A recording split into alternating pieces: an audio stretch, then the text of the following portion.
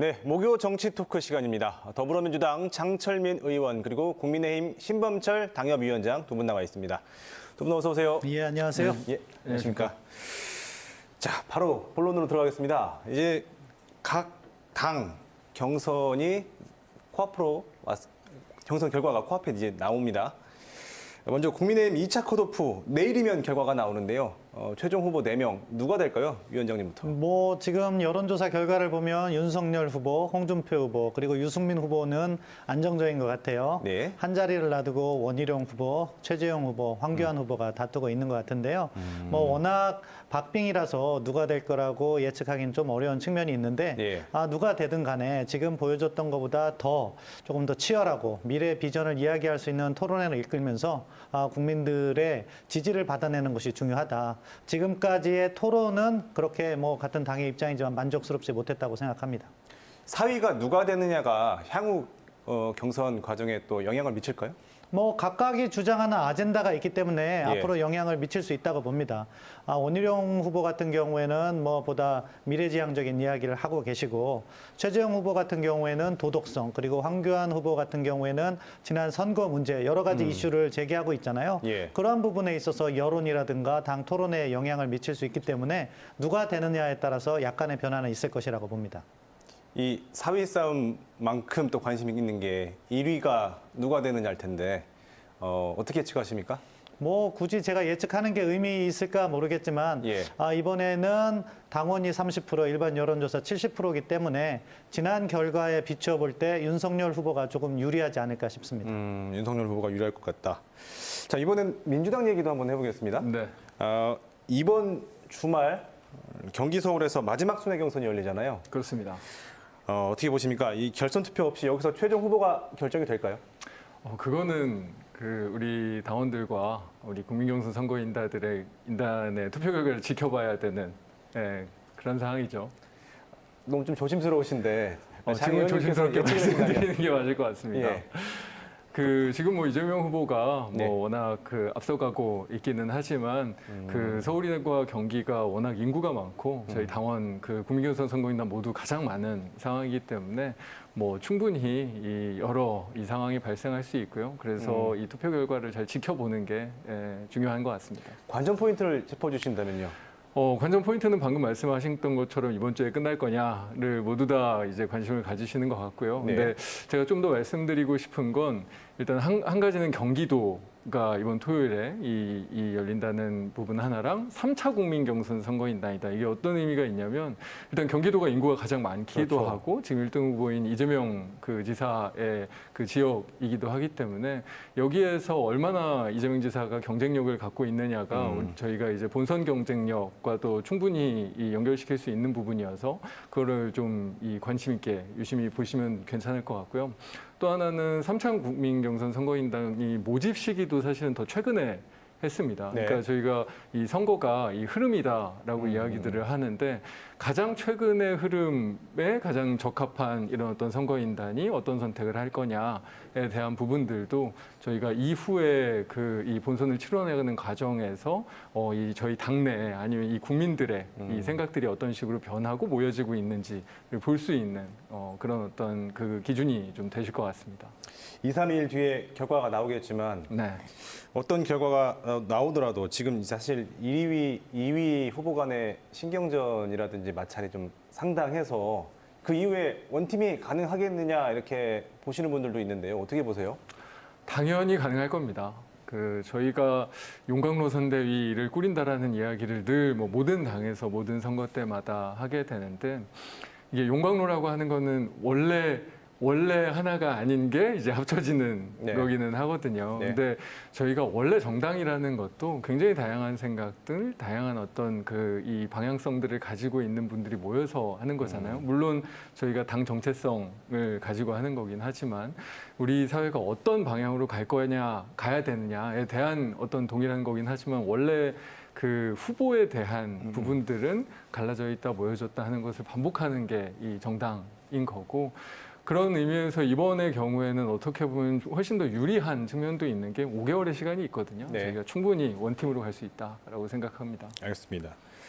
자, 이런 얘기도 한번 해보겠습니다. 지금 현실 정치가 사실은 뭐 그렇다고 우리가 인정을 하더라도 거대 양당이 사실 정책보다는 현재는 고발 사주라든지 또 대장동 의혹 이런 공세만 퍼붓고 있는데요. 이런 상황 위원장님 어떻게 보십니까? 뭐 안타깝죠. 사실 말씀하신 대로 이 예. 대통령 선거라는 것은 다음 5년을 우리가 어떻게 만들어갈 것인가에 대한 공론이 모아졌으면 하는 바람이 있어요. 네. 그런데 지금은 서로에 대해서 손가락질을 하면서 상대방의 약점을 공격하고 있는데 다만 그 과정에서 저는 분리해서 봐야 될 부분이 있다고 생각합니다. 그게 뭐죠? 저는 개인적으로 모든 어떠한 권력에 있는 사람들이 자신의 직위를 위해서 권력을 사유화하면 안 된다고 생각해요. 네. 그런데 지금 제기되고 있는 대장동 의혹이나 고발 사주 문제는요, 함께 지켜볼 성격의 문제가 아니다.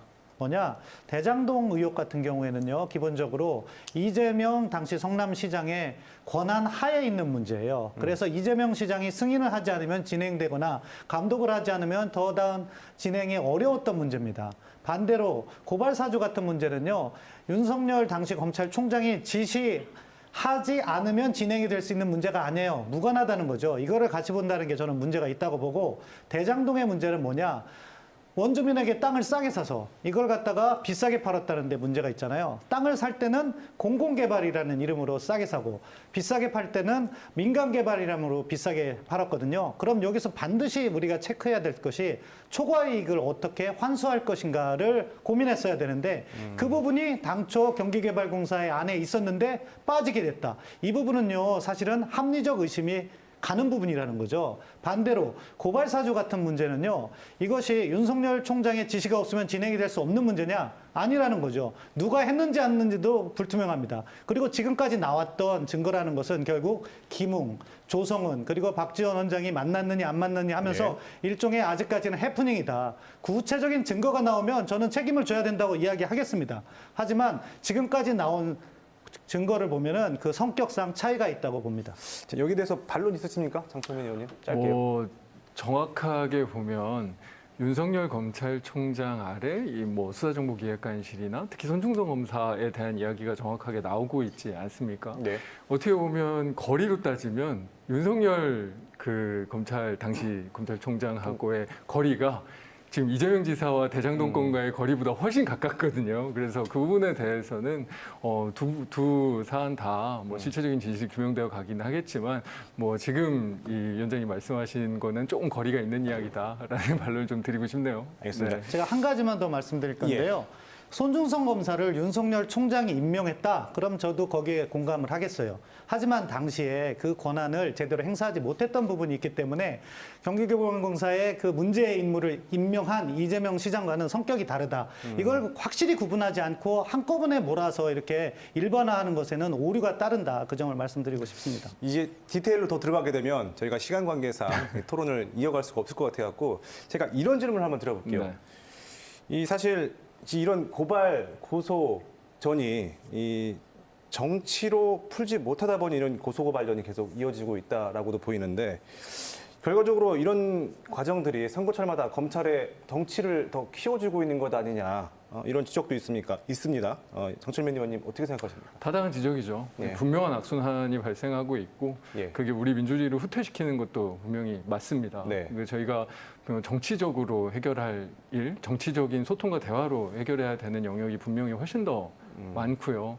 근데 이게 저는 좀 더 걱정이 되는 건 이게 우리 정치뿐만이 아니라 예를 들면 노사 문제라든지 우리 사회가 우리의 갈등을 해소하는 어떤 방식 전체가 사실 예. 이런 사법화가 모든 영역에서 심화되는 것이 아닌가. 그래서 우리 정치인들의 책임이기는 하지만 이런 어떤 모든 영역에서의 민주주의의 발전에 대해서 함께 고민해야 되는 좀 시기다라는 생각이 많이 듭니다.